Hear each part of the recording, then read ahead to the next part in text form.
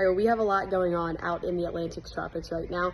As of this morning, Tropical Storm Humberto has become a hurricane. Now, the good news is not a ton to worry about here in the U.S. for Humberto, but something else that we should be paying closer attention to is Invest 94L. That's that area that you see outlined in red there. Why should we be paying attention to it? Well, as of the last couple of days, some models have begun hinting at this making a path towards the eastern coast of the U.S. Now, there is a lot of uncertainty as we're in the early stages of this thing potentially developing. So what overall should you know? I think you just need to know that you should check in for updates throughout the entire weekend. By the end of today, we should have more details on when this will become a tropical depression, likely sometime today or sometime tomorrow.